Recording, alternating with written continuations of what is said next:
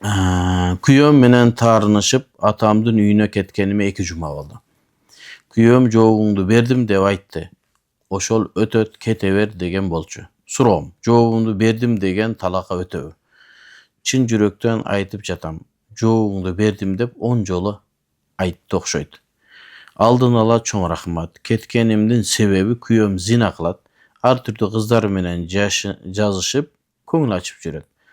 Акыры мен ушундай адаммын. Кааласаң кабыл кыл, каалабасаң кете бер деп калган болчу. Ортодо 3 балабыз бар. Жашаганыбызга 8 жыл болду дейт. Биринчиден ошол эки үй бүлө, эркек менен аял өзү ошол баш кошуп аткан мезгилде шарияттын талаптарын, диндин себептерин, диндин буйруктарын билип алыш керек да, мусулманмын деген инсан. Ал эми мусулман эместерге биздин сурообуз дагы, кайрылуубуз дагы жок. Алар эми өздөрү билгендей айбанат жашоосунда жашашат. Биз мусулмандарга кайрылабыз. Демек сен мусулмансың. Аллах Тааланын жалгыздыгына, пайгамбарыбыз саллаллаху алейхи вассаламдын пайгамбар экендигине ишенип, намазды парыз деп, ошол никени адал деп түшүнгөн инсан сөзсүз түрдө үйлөнгөнгө чейин эмне нерсе менин мойнума милдет, эмне нерсе мага тыюу салынган, канткенде мен үй бүлөмдү сактап калышым керек деген нерсени билүүсү керек да. Бизде жөн эле бир жашка жеткендер адам үйлөнүш керек. Себеби адам табият, атасы, чоң атасы бардыгы эл, журт, кошуна үйлөнүп жүргөндө эле үйлөнүп эле болду. Андан кийин кайра ошол үй бүлөнүн жоопкерчилигин сезбеген абалдар бизде көбөйүп атат да.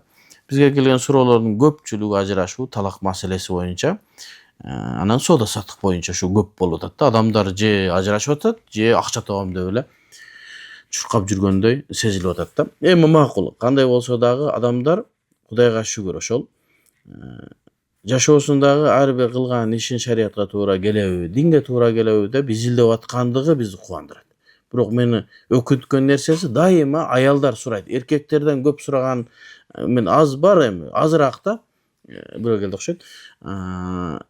Ушу аялдар сурайт да, ошентип менин күйөөмө ушундай талак берип койду, башка болду. Бирок эркектерден сурап ошо кайрылгандарды биз аз көрөбүз да. Мен аз угам. Ушу дини аялдарга эле керекпи? Эркектер боло берет, жашай беребиз. Мен жөн эле тамашалашып айткам. Анан бул боло берет деген суроосун келгиз. Көп угуп атам да, эркектер эмнегедир жоопкерчилик жоктой, шариаттын талаптарын, динди бир меңсинбегендей же болбосо бир тоготпогондой болуп атат да. Аялдар сурайт, ушул менин жашоом арам болуп калбасын, менин жашоом ушу динге каршы болуп калбасын, ушуну тактайлы, ортобузда нике барбы жокпу деп. Мына бул дагы биздин мүмкүн карындашыбыз, мүмкүн эжебиз сурап атат. 2 жумадан бери жашоосу жакшы болбой ажырашуу жолунда. Күйөөсү мына жообуңду бердим деген. Жоопкерчилик жок, 3 баласы бар. Жоопкерчилик деген жок, жообуңду бердим. Жөн эле. Мен нан жебейм, мен чай ичпейм дегендей эле. Балдардын тагдыры, үй бүлөнүн бузулуусу канча жолу айтабыз беле, эч кимге кубаныч эмес, жалгыз эле шайтанга кубаныч алып келет. Кандай бир жоопкерчилик жок, ушундай бир абалга келдик, мен түшүнбөйм да. Анан ушул жетет дептир. Анда демек бул эркекте эмне бар? Шарият боюнча маалыматы бар. Ооба. Эгер жообуңду бердим деген болсо, бул талак, бизде талак 2 бөлүккө бөлүнөт. Талак сарих, анан талак киная деп, ачык айтылган талак, анан кийин каймана мааниде айтылган талак деген бар. Каймана мааниде айтылган талак бул ошол талакка дагы жана башка нерсеге да иштеле турган сөздөр. Ал эми сарих талакка бул ачык талак сөзүн колдонгон нерсе. Ал эми талак сөзүн колдонгондо буга ниет каралынбайт, балки санын канча жолу айтты, ошол гана каралынат. Анан эми ал абалдар бар, жинди болсо, башка болсо, анда анын талагы өтпөйт, түшпөйт деп айтабыз. Эми акыл эсинде жайында адамга оозунан чыккан сөзүнө жооп бериши керек болот. Эгерде жообуңду бердим деген сөз айтыла турган болсо, жообуңду бердим деген 2 нерсеге айтылышы мүмкүн. Жообуңду бердим, үйүңө бара бер. Жообуңду бердим, сен калаган нерсеңди кыла бер деген максаттагы болушу мүмкүн. Жообуңду бердим, мен адаштым. Сенин жообуң бул талагыңды сурап атасың, мен ошо талагыңа жооп бердим дегендей дагы маани түшүнүшү мүмкүн. Ушул мезгилде эркектин ниети суралынат. Бул сөздөн эмнени максат кылдың? Ajrашууну talakты maksat kıldыңбы? Eger ova talakты maksat kıldım dese kança talakты niyet kıldың?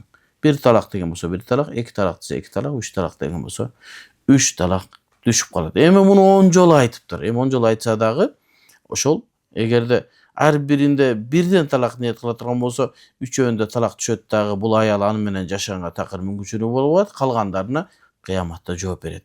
Ысыраф кылып talak sözün sebepsiz колдонгондугу үчүн.